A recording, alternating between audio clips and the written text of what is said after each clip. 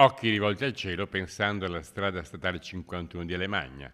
Per la riapertura serve il sole, serve il tempo per installare e rendere attivo il sistema di monitoraggio e di allarme che è stato deciso. Per installare un sistema di questo tipo servono almeno 2 settimane. Nel frattempo la frana è presidiata a vista e potrà esserci un'apertura nel momento in cui le condizioni meteo lo consentiranno. Questo alla luce dell'incontro che è stato fatto venerdì mattina con il professor Nicola Casagli, che ha proprio dichiarato anche scritto che nel momento in cui non ci sono precipitazioni piovose, quindi c'è il sole, quel materiale che è in stato precario dal punto di vista dell'equilibrio è molto difficile che scenda a valle, quindi ci saranno delle finestre quando il tempo lo consentirà per riaprire la strada nella località di San Vito. La strada è chiaramente libera, soltanto che ci si preoccupa che non accada niente. Quando crede e spera si potrà avere la strada transitabile per tutti.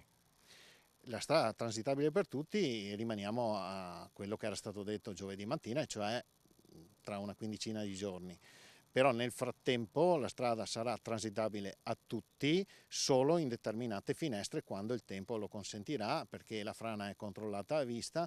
Verranno installati 2 pluviometri, questo è quello che ha chiesto ANAS, in modo tale da avere contezza delle precipitazioni sulla strada ma anche a monte, e per dare una sorta di alert, di allarme per far chiudere la strada ad ANAS, che poi provvederà a chiudere nel momento in cui dovesse piovere. Alemagna che, in caso di allarme, verrà chiusa a TAI, deviando per Auronzi il traffico indirizzato a Cortina d'Ampezzo, ma intanto deve essere approntato il sistema di allarme. Slitta comunque la riapertura rispetto a quanto ipotizzato venerdì scorso, quando si era parlato di domani.